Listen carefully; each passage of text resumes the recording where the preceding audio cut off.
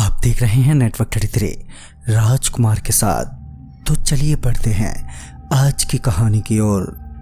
सीसा, कंगा, इंगूर, बिंदिया ये सब बेचने का काम करता हूँ मैं, वो भी अपनी मोटरसाइकिल विक्की पर, जिस पर बैठकर मैं रोजाना दूर दराज गांव तक जाता हूँ और फिर अपना सामान बेचता हूँ।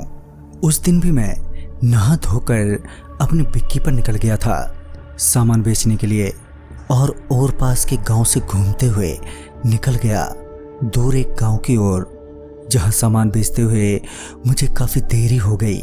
और जब मैं घर वापस लौट रहा था तो तब तक काफी अंधेरा हो गया था।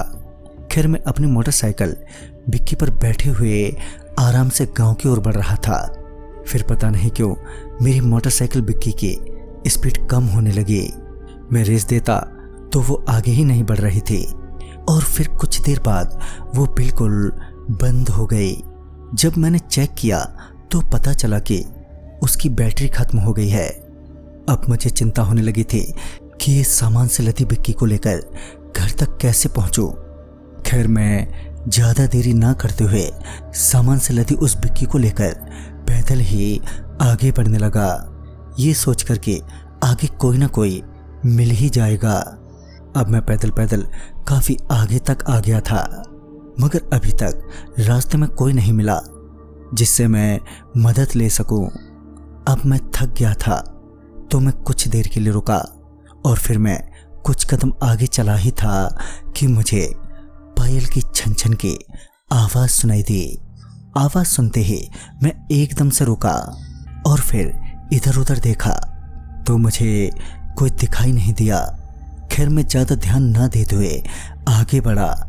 मैं इस बार आगे बढ़ा ही था कि मेरी सांसें ऊपर नीचे होने लगी और मेरा दिल जोरों से धड़कने के साथ साथ मैं पसीने से लथपथ हो गया।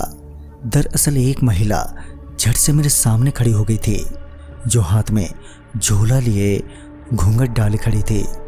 मैंने लड़खड़ाती जुबान से कहा, कौन हो तुम? पर उसने कोई जवाब नहीं दिया।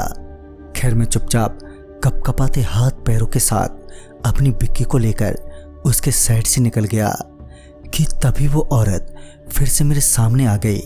उसे यूं अचानक अपने सामने आता देख मुझे समझते देर नहीं लगी कि ये कोई औरत नहीं बल्कि कुछ और ही है। अब वो मेरे सामने रास्ता घेरे खड़ी थी। मेरी इतनी भी हिम्मत नहीं हो रही थी कि मैं उससे कुछ बोलूं। मैं बस चुपचाप डरा सहमा वहीं खड़ा होकर ये सोच रहा था कि कोई आ जाए मेरी मदद करने के लिए, मगर वहां पर दूर दूर तक सिवाय अंधेरे के कुछ भी नहीं था कि तभी मेरे हाथों से मेरी गाड़ी छूट गई और वो नीचे गिर पड़ी।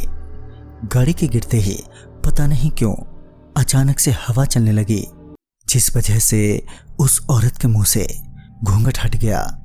और फिर जब मैंने उसके चेहरे को देखा तो मेरी आंखें फटी की फटी रह गईं और साथ ही मेरी चीख निकल गई।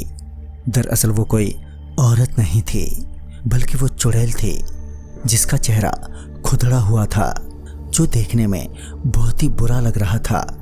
तभी मैं चीखते हुए नीचे गिर पड़ा और वो चुड़ैल मेरे पास आकर घूरने लगी। पर इससे पहले वो मुझे कुछ करती कि एक ट्रैक्टर आता हुआ नजर आया। जैसे ही ट्रैक्टर की रोशनी मुझ पर पड़ी तो उस पर बैठे लोग जोर से चिल्लाने लगे और ट्रैक्टर को तेजी से भगाते हुए मेरे पास आ गए। उनके आते ही वो भयानक चुड़ैल एकदम से धुआं बन गई। उन लोगों को अपने पास देखकर मेरी जान में जान आई, पर मेरा शरीर अभी भी कपकपा ही रहा था और चढ़ती हुई सांसों के साथ मैं उन लोगों के साथ अपने घर पहुंचा। फिर जब सुबह इस बात की चर्चा हुई तो पता चला कि वो पड़ोस के गांव की ही एक औरत है, जिसे रात के वक्त कुछ बदमाशों ने घर से उठा लिया था और किसी रंजिश के चलते उसे जान से मार दिया था। तब से वो रात के वक्त कभी कदार यूं ही दिख जाती है। कई लोगों ने भी उसे देखा है, पर अकेले इंसान पर वो आत्मा हमला भी कर देती है। ये सुनकर मेरे तो प्राण ही सूख गए थे और रात बिरात मैं फिर कभी भी घर नहीं लौटा। तो दोस्तों इस कहानी में बस इतना ही। तब तक के लिए बाय एंड टेक केयर।